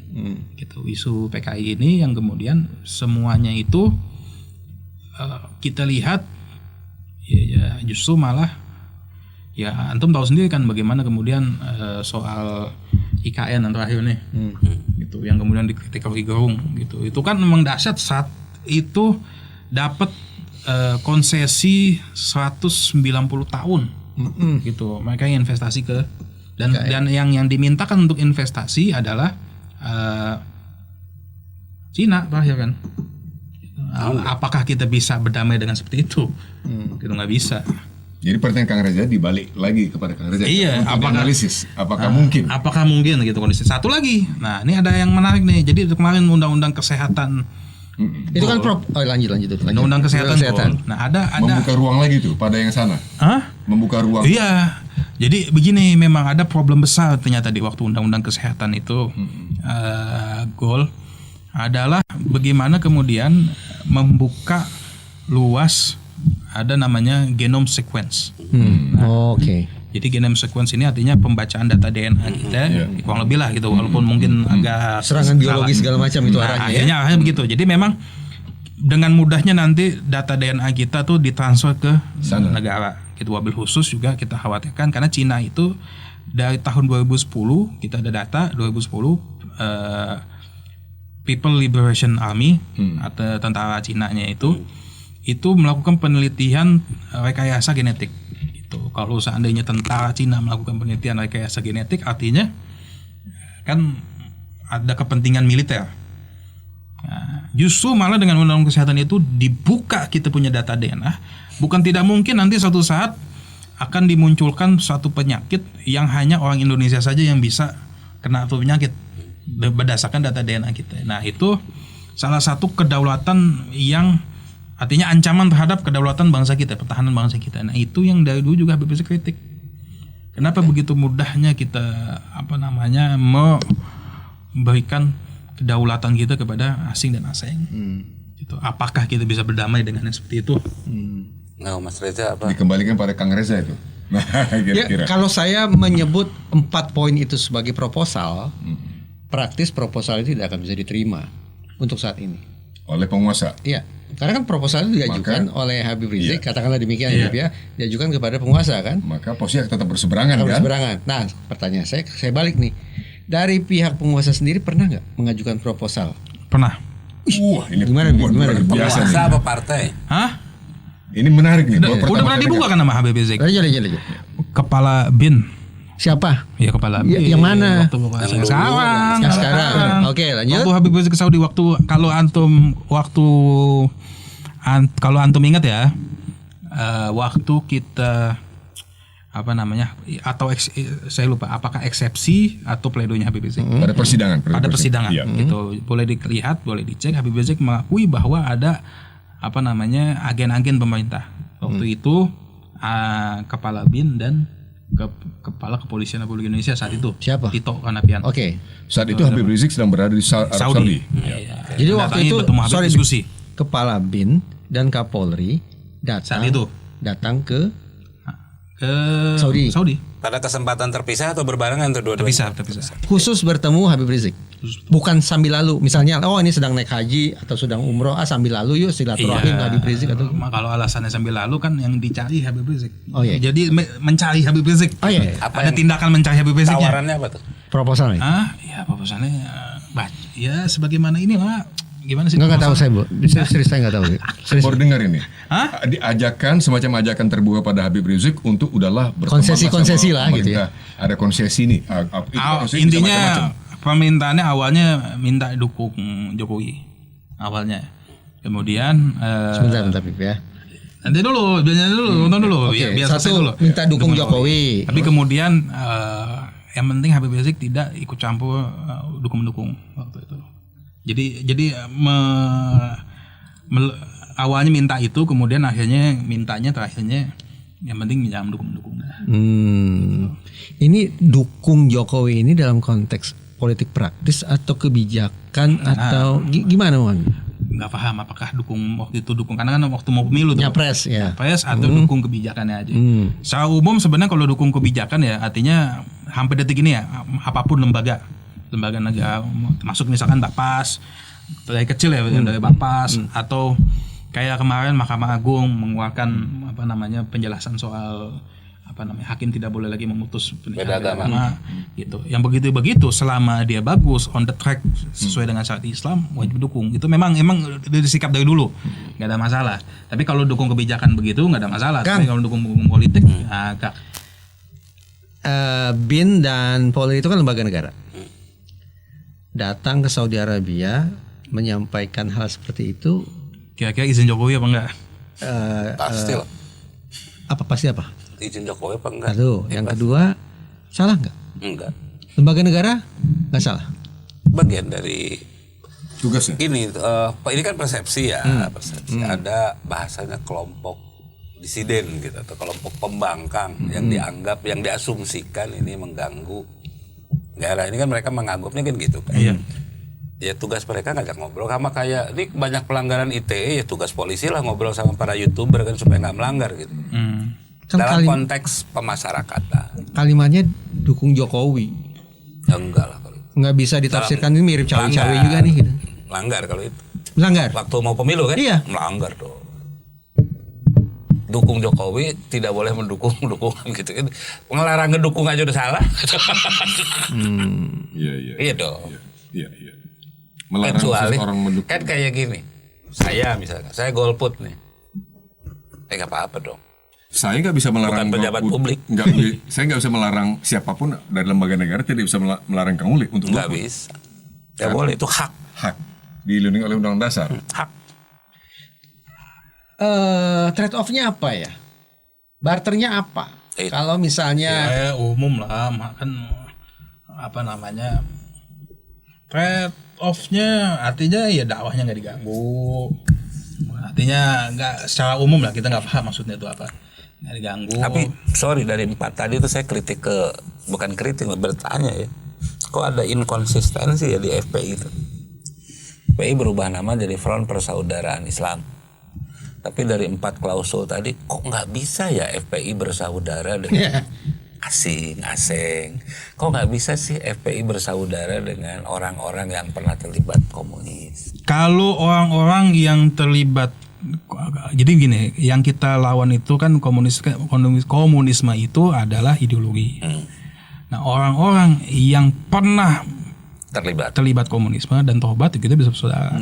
Asing-asing itu nggak bisa. Asing-asing kita bisa bersaudara selama yang bersangkutan itu tidak melakukan istilahnya ya, eksploitasi terhadap terhadap daya alam, kekayaan bangsa Indonesia. Karena kan tidak salah gini loh. Asing mau asing. Betul. Dapat 150 tahun di Indonesia. Melakukan investasi gak ada Nggak salah. Cuma kalau investasi nggak masuk akal yang akhirnya kemudian membebankan rakyat Indonesia. Yang salah kan negaranya, pemerintahnya. Iya, itu dia. Makanya kita tuntut ke pemerintah. Makanya Anda jangan begitu. Jangan asing-asingnya. Hah? Pemerintah. Betul. Pemerintahnya kita tuntut. Karena yang kita tuntut kan permintaan Habib supaya ente ini jangan sampai menggadaikan Indonesia kepada asing dan asing. Betul. Iya. Yang ketiga tadi soal genome sequence. Dengan kasih contoh Liberation Army. Itu kan Cina tuh ya. Padahal itu kalau yang saya tahu yang melakukan itu Amerika, kasus Betul. Namru. Oh itu Namru juga. Iya kan? Karena kita demo tuh dulu. Iya betul tuh Namru. Terus yang saya tahu di beberapa negara Eropa juga melakukan hal yang sama. Tidak hanya di Indonesia sebetulnya. Betul. Tidak hanya di Indonesia. Jadi saya sih ngelihatnya gini, Bib. Yang pertama tuh kalau saya ngelihatnya kayak tadi saya kenapa nggak setuju FPI dengan partai gitu. Udahlah FPI tetap jadi kelompok kritis aja. Kalau saya setuju. Setuju maksudnya pandangan antum. Kelompok kritis aja. Bib, Ya, tapi di FPI ini dinamis. Artinya masalah itu diskusi perdebatan. Keren Ada loh masalah. kalau jadi kelompok kritis. Tetap gitu ya. tahun 2019 Prabowo kan pernah sampai tanda tangan kayak fakta ya Ya. dengan FPI ya itu. Dengan Istimewa Ulama waktu itu. Istimewa Ulama. Istimewa Ulama. Iya. FPI cuma bagian Baik. aja. Berarti kan bisa kita tafsirkan bahwa pada saat itu keberpihakan Prabowo seperti itu. Sekarang silaturahim yang sama terbangun nggak antara Prabowo Subianto dengan Habib Rizik dan Prabowo Subianto. iya misalnya gitu? Nggak. Ya. Saling jaga jarak atau memang gimana memahami? Patah bermasalah apa gimana? Hah? Patah bermasalah apa? Patah bermasalah. Bahkan bermasalah. Jadi istilah-istilah tua ada minta maaf ada nggak ngerti. Istilah kamu sendiri. Oh iya. Ya kan ada. Komunikasi paling tidak Iya, komunikasi antara paling Habib Rizik dengan Prabowo. Ya katanya kan sesama warga bangsa gitu. Setahu saya Nggak ada. nggak ada. Ingat dulu betapa menjelang pemilu 2019 Prabowo begitu berusaha mendekat kepada Habib Rizik kan. Iya. Artinya Iya. tidak ada kontak dari Prabowo. Begitupun tidak ada usaha dari Habib Rizik untuk mengontak Prabowo gitu kan. Memang kita nggak pernah mengusahakan begitu. Gitu. Itu dalam hal itu konsisten ya FPI ya tidak mau mencoba mendekat kepada siapa yang sedang berkuasa begitu atau Konsistennya tuh soal ini. Jadi artinya tapi ya kalau komunikasi dengan beberapa orang yang dianggap Dekat. gitu. Kayak misalkan kayak Fadlizon kan udah lama kita berjuang kayak Fadlizon. Ya, betul. Kayak Romo Syafi'i yang begitu-begitu biasa komunikasi sama kita. Cuman memang kalau Prabowo secara khusus apalagi agenda Pilpres saat ini nggak ada. Kebetulan Bib, tadi pagi Dari awal Habib Rizik sampai setahu saya ya dari Rizik sampai ke Indonesia kemudian terjadi proses-proses sampai saat ini nggak ada. Oke. saya pretendasi mungkin yang terkait dengan yang perkembangan lebih apa namanya kan lebih kini lah gitu ya. Kontemporer. Adalah sejak lebih kontemporer adalah sejak kedatangan kembali ketibaan Habib Rizik di tanah air dari Arab Saudi. Iya, Disambut oleh ratusan ribu massa. betul. Itu kan sesuatu yang sangat fenomenal. Sangat. Kita bicara secara fakta saja, fenomenal. Bagaimana bisa kita lihat lautan manusia sepanjang jalan yang luar biasa panjang itu dari Bandara Soekarno-Hatta sampai Petamburan. Luar biasa. Itu kita tangkap kan dari berbagai media. Apakah waktu itu sudah ada kebayang di kalangan FPI gitu? Kekhawatiran, oh ya ini akan mengusik permusuhan tanda kutip lagi terhadap Habib Rizik lagi khususnya setelah Pas pulang mah kayaknya Habib Rizik tahu bakal masuk penjara. Gimana itu? Cuman nggak tahu kasusnya begitu. Iya. Ya kan kalkulasinya pasti tahu. Apa kalkulasi suasana batinnya? Kan Nggak, kalau kalkulasi dari itu dari awal kita Tahu. ada kemungkinan gitu, kemungkinan macam-macam seperti itu tuh banyak. Hanya memang kita tuh yang kita kaget tuh kasusnya tuh yang begitu. Ada maksudnya. Ngada-ngada dan ngadi-ngadi. ngadi-ngadi.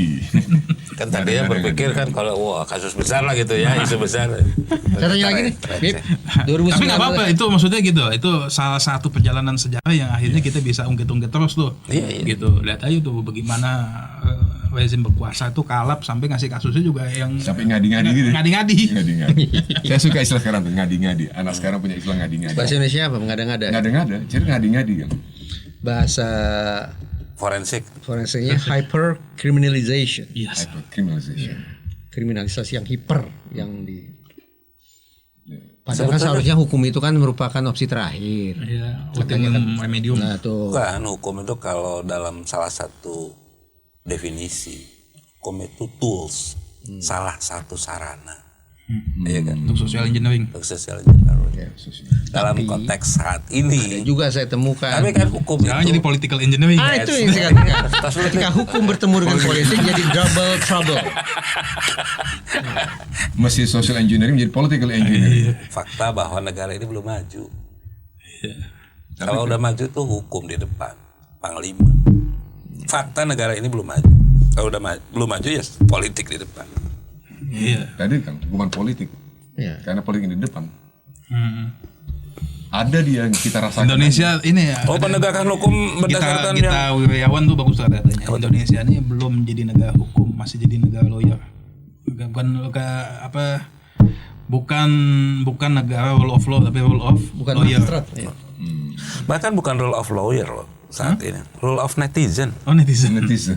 Banyak kasus-kasus yang dimulai dari netizen. Mas Iwan dulu Bravos pernah kehilangan subscribers berapa banyak? 350.000 350.000 Kenapa? hilang hilang seketika. Kenapa? Seketika. Kenapa? tanpa penjelasan. Iya kenapa? Kira-kira.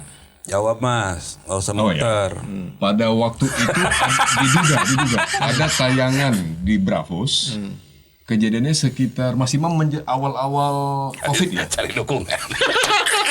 Gue cepet kenapa? Ada tayangan Bravos Ya. yang mengkritik tentang apa yang diyakini oleh Bravos diduga sebagai bisnis putra-putra Presiden Jokowi. Oke. Artinya ada sebuah episode kritis yang mengakibatkan Bravos mati gitu. 350.000 hilang. Iya. 350.000 Take down, di take down. Ini jangan setelah ini kita harus ucap selamat tinggal juga. Enggak lah. Enggak. Ya yang bagian awalnya tadi tuh. Lembaga bayangan. Hilang deh Bravos Iwan. Enggak lah. Kalau saya Bukan begini, gini loh, kalau kayak lembaga bayangan, enggak, lembaga bayangan itu harus disebut-sebut karena pengen disebut-sebut supaya eksis.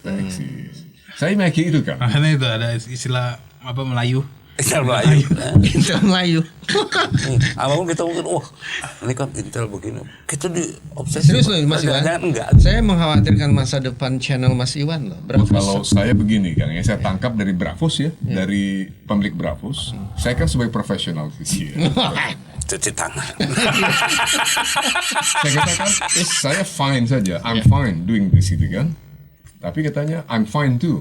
Artinya risikonya udah diperhitungkan. Maksud saya begini, apakah kita mengkritik tajam penguasa siapapun yang sedang berkuasa? Menurut saya kritik itu wajar kok kalau kita berada di sebuah demokrasi. Betul. What do you claim this country is? A democracy, right? Demokrasi. Kalau demokrasi maka you have to be open. Kekuasaan itu ada yang inherent di dalamnya adalah diawasi, termasuk FPI. Nah, Inherent di dalam FPI itu adalah harus diawasi. Kenapa kalau tidak diawasi? Dia seperti dicabut tulang punggung. Tidak ada yang mengingatkan. apakah kita diawasi juga dalam konteks tadi? Bravos nih maksudnya. Iya, bisa saja. Maksud saya apa menjadikan Tapi sekarang mah enggak lah. Sekarang apa mah nggak khawatir di kita take down. Jadi? Diperkarakan sekarang. kan kita tidak melakukan penghinaan. Saya kira diskusi yang Tadi menghina, tadi ngadi-ngadi lo. ngadi Itu loh. Sekarang saya ubah deh pertanyaannya. Istilah naskah. Sekarang saya ubah deh pertanyaannya. Iya. Tadi kan tanya tentang nasib Bravos ke depan. Kalau nasib Mas Iwan gimana? Tergantung istri lah. Oh, Ya selama nggak nyebut bajingan tolol aja udah. saya itu sudah Itu kan tuan rumahnya Mas Iwan. saya belajar untuk ya. Kan Yang undang saya ngajak hari ini Mas Iwan. saya keluar dari rumah tadi. Yang undang mengatakan, Habib Mas Iwan. saya setiap kali keluar rumah Undang itu satu itu dalam tuh rangka Mas Iwan. mencari nafkah, termasuk untuk Beribadah. berprofesi Ya. dan ibadah. Ya. Niatnya setelah doa, saya mengatakan Bismillahi tawakkaltu 'ala Allah La haula wala quwata illa billah. Selain Allah, selainnya kecil.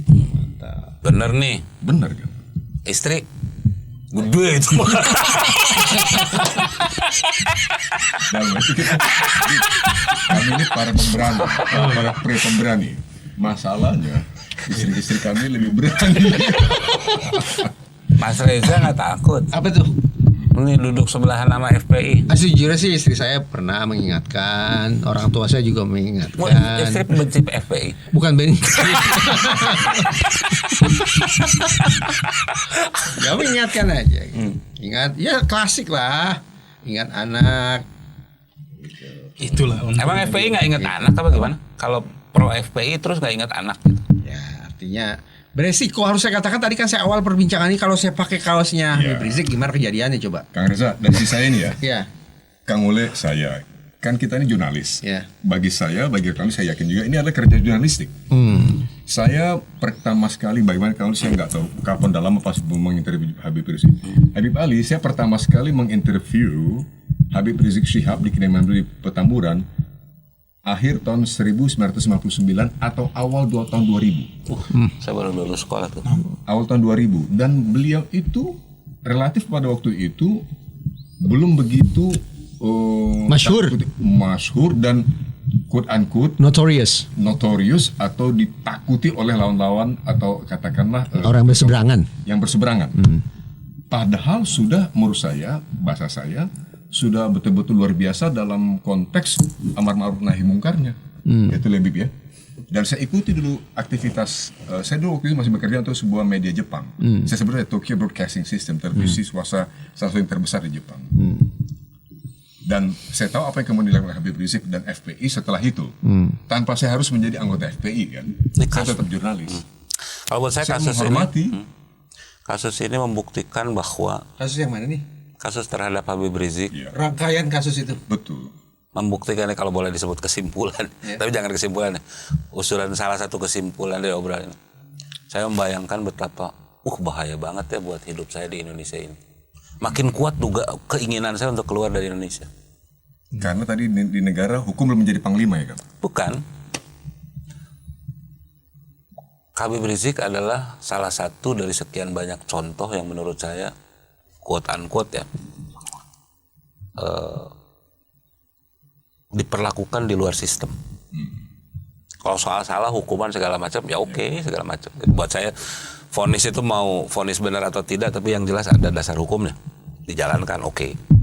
Tapi tadi itu pembekuan rekening sampai sekarang belum Saya baru dibuka. tahu tadi itu. Ke anak-anak Sampai ke kan. Anak-anak. Keluarga.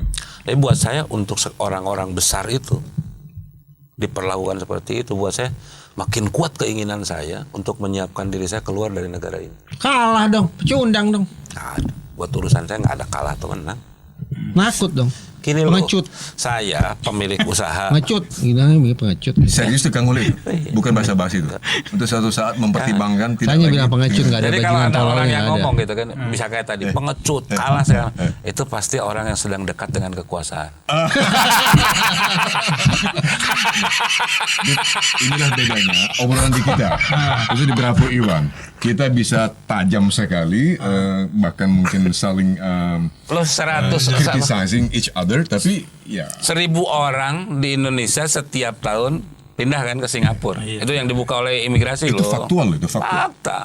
Orang ngomong Singapura aja. Orang mau ngomong nasionalis, bukan begitu logikanya. Lo ngomong nasionalisme atau apa, ngapain jadi martir? Tapi Tugas kan- kita apa coba? Iya. Tugas kita keluarga, anak, dan macam itu nggak? Ada nggak di dalam Quran ini Indonesia cinta? Nggak ada. Jadi dalam konteks Alam semesta ini diciptakan Itu Allah antum untuk yang ngomong. Radikal. Itu antum yang ngomong. itu. Gua mau mancing lu sebetulnya. Salahnya yang ngomong ya. Itu Jangan ditudingan dia. Iya. Jadi Kang Reza, menjawab pertanyaan Kang Reza dari saya nih. Jadi akhirnya dari saya bahwa dalam konteks berikhtiar saya kan berkarir berprofesi kan konteksnya ikhtiar dan untuk nafkah kan tanda kutip. Iya kan? Ini nggak ada yang disensor nih. Kenapa harus? Biar Yang apa mana? adanya nih. Nyebut-nyebut nama lembaga, nama pejabat. Siapa? Tadi gitu tuh karena. Yang menyebut beliau barangkali kan. Ya kan emang itu mah ada berita. Waktu Pak Tito Iya, ketemu memang udah ada, jadi berita. ada Udah jadi berita itu. Ya, berita. Waktu sidang soalnya Habib Tapi Rizik dalam sidang Dubes Arab. Dan ini kita baru dengar. Sampai nandain segala macam rumahnya. Iya. kalau itu bukan maksudnya nggak tahu ya apakah dubes nandain apa Iya. enggak. Cuman maksudnya Ada kasus itu. yang pasti secara faktual itu adalah sikapnya dubes saat itu. Ada foto nggak, Bib? Pertemuan itu. Foto nggak ada. Nggak ada. Aduh, sayang nggak ada foto. Tapi kita Karena pasti dulu ada nggak beritanya. jadi sekarang ini Habib Ali Ada tinggal di insert tuh. apa yang akan dalam waktu sangat dekat ini Habib Rizik Ke Komjak katanya. lakukan di luar yang rutin lah. Di luar rutin. Kan mengurangi kegiatan tadi saya tangkap dari Habib Ali bahwa beliau karena alasan tertentu misalnya cepat capek gitu kan, mengurangi aktivitas fisik barangkali. Syiar dakwah kan tetap akan. Oh iya, dakwah tetap. Keluar kota ada pengawasan atau pembatasan kan gitu. Iya. Kalau boleh ini saya sih tanya aja buat penutup nih. Ada pesan nggak sih dari Habib Rizik yang paling sering ditekanin ke ente? Nah. Gantung. Ya, Pesan. tetap tegakkan keadilan lawan kezaliman paling sering tuh Sang. Gak berubah ya. Nggak berubah. Tegakkan keadilan lawan Kezaliman. Itu yang apa itu pokoknya dua tuh yang sering saya dengar sampai detik ini juga, tegakkan keadilan lawan kezaliman, terus adalah usaha apa yang kita diwajibkan pada kita ini adalah berjuang, hasilnya Allah yang tentukan. sepakat. Dua itu ya. Iya. Artinya tuh ikhtiar. lawan aja kezaliman itu, apakah itu efektif atau tidak. Emang kalau Habib Rizik soal itu atau cuman Anda pernah ditegur Beb ini kalau menurut hitung-hitungan artinya kalau mungkin atau tidak itu bisa Kalkulasi lah ya. kalkulasi ya. Tapi kalau kita bicara kalkulasi begitu kemudian Beb ini kayaknya berat nih Beb gitu. Kan kalau berat kan nanti tetap masih bisa masuk, hanya memang kemungkinannya berat.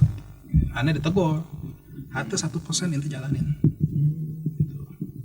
Karena itu kita kewajiban kita usaha itu, hasilnya dari Allah. Tidak berubah ya sikap Habib Rizik ya. Konsisten Urusan sekali. begitu, hatta Anda ditegur kalau Ngomong Habib Ali ini umur berapa? umur 31. 31. Anak berapa orang? Belum. Belum punya anak. Itu nggak usah di Belum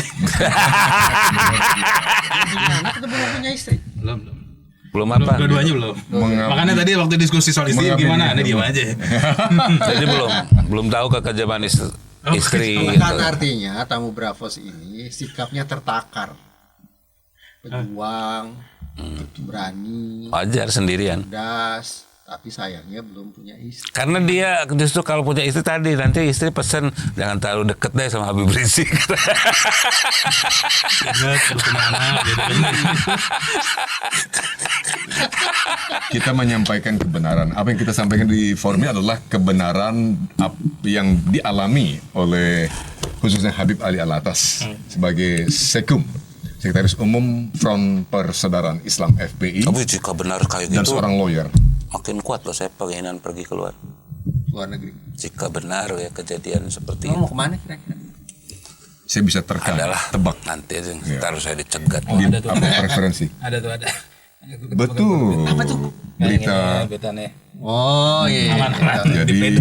Jadi kita tidak bisa ada siapapun mengatakan kita menyiarkan kabar bohong kan terkait dengan tadi pertemuan Habib Rizik dengan dua pejabat tinggi tadi. Siapa? Udah ada jadi berita kok di banyak media. Siapa dua pejabat itu? Tito Karnavian, Sama. Budi Gunawan, dua pejabat tinggi. Intonasinya begitu sih ngomong. Ya udah coba. Nyebut namanya. Udah zuhur tadi udah aja. Habib, Ya cuman kita nih tindakan kita tadi ini gimana nih, aman apa enggak, atau membuktikan bahwa Indonesia tuh sudah tidak ya aman lagi untuk mengkritik pemerintah. menurut saya gini, Bib. Saya ingin menyampaikan mudah-mudahan lewat forum ini Kang Reza, dari saya izin Kang Ule yang Ebit Ya, bahwa saya bukan lembaga sepanjang tahun 90-an saya kan pengkritik keras rezim masa itu, Bib, sebagai wartawan. Bahkan dari BBC dari London setiap hari kerja saya mengkritik Pak Harto dan rezim. Pulang Indonesia nggak takut saya. Maksud saya nggak perlu takut, dan penguasa kalau memang benar nggak perlu menghilangkan orang misalnya ya. Tapi kaki kanan tuh bergerak nggak berhenti. Enggak, menurut saya itu artinya apa? Itu artinya ada impuls tertentu yang tak terkendali, cemas. Bukan. Saya justru bersemangat. Oh semangat. Kalau di saya, Kang, Masuk dalam FPI pengalaman saya, bagaimana? bukan. Ketika kita menyuarakan kebenaran, dalam hal ini kan fakta kebenaran dari sisi FPI ini, seperti disuarakan oleh Habib Ali Alatas, yang mewakili Habib Rizik Syihab HRS. Terus divisi medianya FPI ini loh Iya, menurut Mas Iwan masuk situ deh. Menurut saya divisi media. wajar kita sampaikan. Tinggal publik aja menilai kan itu. Mas Iwan kan girohnya tinggi mas. Jam terbang medianya juga tak diragukan lagi. Terus Kenapa nggak bantu FPI untuk mengembangkan divisi medianya? bukan gitu Kang. Menurut saya FPI lebih dari mampu untuk mengembangkan itu. Tuh, Saya makin ingin- banyak kepala makin baik. Saya ingin share Kang Gimana Reza. FPI nggak pernah menutup pintu dari masukan-masukan. Itu dia. Termasuk pemasukan-pemasukan. Itu keren itu Bib. Bagus Maksud saya menjawab pertanyaan Kang Reza tadi ya menurut saya udah benar kita lakukan menyampaikan apa yang harusnya publik dengar. Insya Allah semua satu gong. Kan nggak perlu takut kan ya. Nah ini sangat terbuka kok negara ini. Era ini era keterbukaan. Takutnya cuma dua aja, takut masuk neraka sama takut sama istri. Terima kasih Bib. Dari Kang Reza ada lagi? Sudah cukup. Alhamdulillah. Ya. Sama. Makan nasi padang ya. Iya, terima kasih banyak sekali lagi Sama-sama. atas kesediaan Habib Ali Alatas untuk makasih, Bib. Sama-sama jazakallah. ya berbagi sharing di sini. Terima kasih Minta maaf sahabat juga Bravo. kalau ada salah kata. Oh luar biasa, tidak ada yang salah dari antum. Terima kasih sahabat Bravo. Iya, Ya, kita itu- akan Enggak, Anda jumpa minta lagi. maaf ke ini. Kita akan jumpa lagi pada lain kesempatan, insya Allah pada tentu saja kesempatan berbeda. Terima kasih. Wassalamualaikum warahmatullahi wabarakatuh. Assalamualaikum.